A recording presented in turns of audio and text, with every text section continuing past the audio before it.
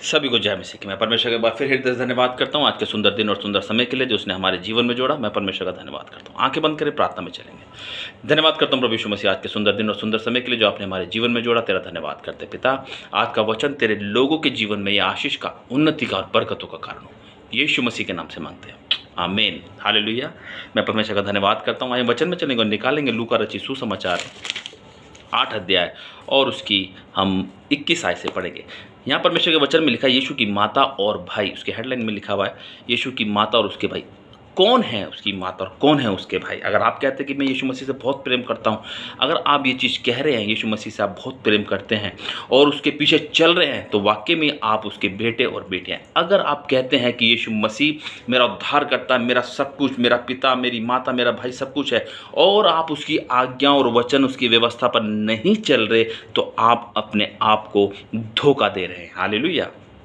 क्योंकि प्रभु यीशु मसीह ने कहा वचन के अंदर कि यहाँ पे 21 आयत में लिखा है, अगर हम 20 से पढ़ते हैं, 19 से पढ़ते हैं, यहाँ पे लिखा उसकी माता और उसके भाई उसके पास आए पर भीड़ के कारण उससे भेंट ना कर सके। किसके? यीशु मसीह की माता और उसके भाई उसके पास आए पर उससे भीड़ में उससे भेंट ना कर सके।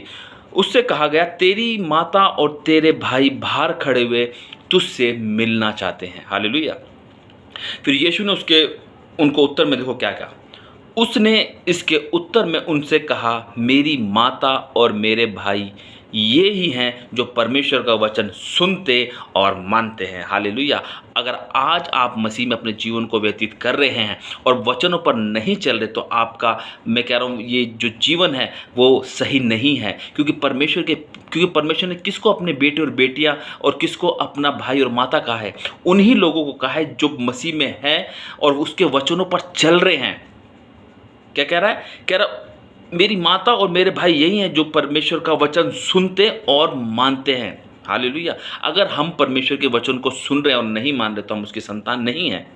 इसीलिए हमें अगर उसकी संतान बनना है तो उसके वचनों पर हमें चलना होगा। हालेलुया। अगर हम उसकी संतान, उसके बेटे और बेटियां हैं, तो हमें उसके वचनों का पालन करना होगा और उसको सुनने वाले नहीं, उस पर हमें चलने वाला होगा। हालेलुया। हमें उस पर चलने वाला बनना पड़ेगा, तभी परमेश्वर कहता है ये मेरा बेटा और ये मेरी बेटी है। अगर हम उसके वचनों पर नहीं चल रहे और हम बस सिर्फ जा ही रहे हैं परमेश्वर में और उसकी आज्ञाओं को नहीं मान रहे, उसके वचनों को सुन रहे हैं, बस अपने अंदर नहीं उतार रहे, तो हम उसके बेटे और बेटियां नहीं हैं। क्योंकि वहाँ पे परमेश्वर ने साफ कहा है, कह रहा है ये है मेरी माता जो परमेश्वर के वचन को सुनते और उसको मानते हैं।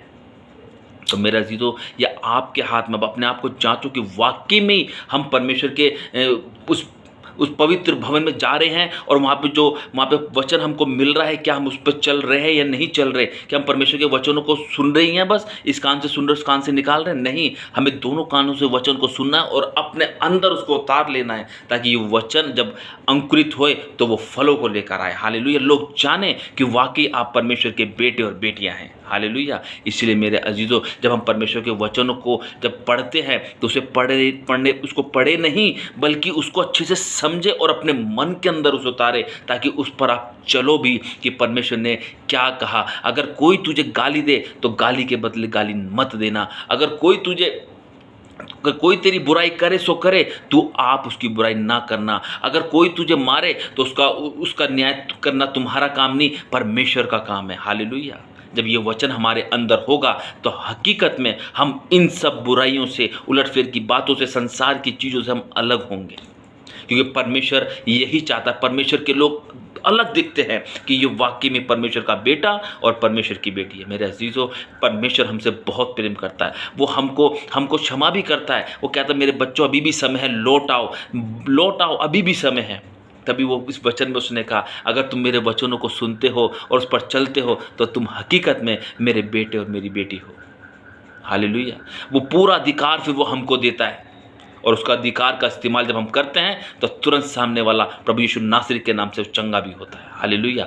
आज से अपने जीवन को परमेश्वर के हाथों में सौंपो और उसको कहो आज से प्रभु यीशु मसीह में तेरे वचन को सुनूंगी नहीं, पढ़ूंगी नहीं, बल्कि इसको सुन के, पढ़ के इस पर चलने वाली भी मैं बनूंगा या मैं बनूंगी। हालेलुया। और अगर नहीं आपसे ऐसा हो रहा तो मैं कह रहा हूँ आप परमेश्वर से प्रार्थना करो, उससे मांगे परमेश्वर हमें बुद्धि दे, क्योंकि समझ, बुद्धि, ज्ञान का भंडार प्रभु परमेश्वर के ही पास है वो। हालेलुया।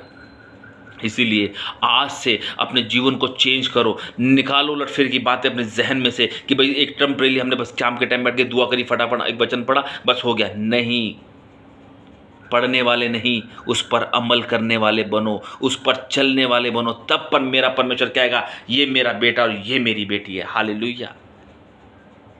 जब हम उसकी आज्ञाओं को मानेंगे तभी तो परमेश्वर हमारे लिए स्वर्ग की आशीषें खोल देगा। एक संसारिक पिता जब अपने बच्चों से खुश होता है तो उसको जी खोलकर उनके लिए भरपूरी की चीज़ें लेकर आता है, और एक वो बेटा जब उसका बेटा उसके पिता की आज्ञाओं को नहीं मानता तो पिता उससे दुखी रहता है, तो उसकी हर इच्छा पूरी नहीं करता, सिर्फ उसको थोड़ी बहुत इच्छा पूरी करता है। लेकिन एक बेटा जब उसके अपने पिता की आज्ञाओं को मानता है, उसकी हर चीज़ों की इच्छाओं को पूरी करता है, तो उसका पिता उसे भरपूरी की आशीष देता कि नहीं देता।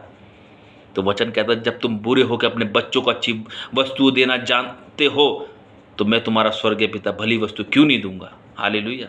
आज से अपने आप को चेंज करो और अपना जीवन परमेश्वर को दो। जो वचन पढ़ो उस पर चलने वाले बनो, पढ़ने वाले नहीं, उस पर चलने वाले बनो। अगर आज आपने कोई वचन पढ़ा, पूरे दिन उसको अपने साथ रखो, अगले दिन भी उसको अपने साथ रखो। नहीं, परमेश्वर ने वचन के अंदर मेरे से ये क्या है, जब आप वचन पढ़ो तो वचन वो तुम्हारे लिए ही होगा। हालेलुया। तो मैं परमेश्वर का धन्यवाद करता हूँ सुंदर वचन के द्वारा। परमेश्वर हम सबको आशीष दे। आंखें बंद करें, प्रार्थना करेंगे।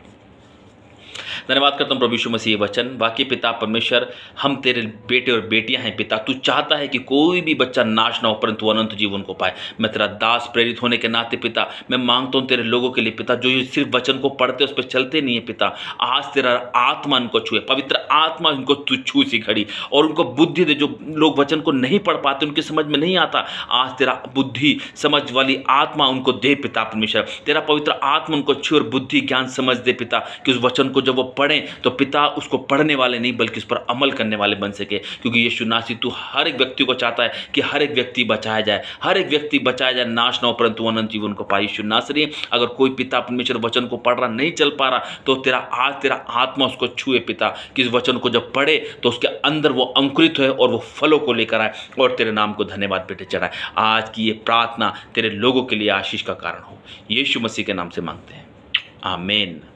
सबको जय मसीह की।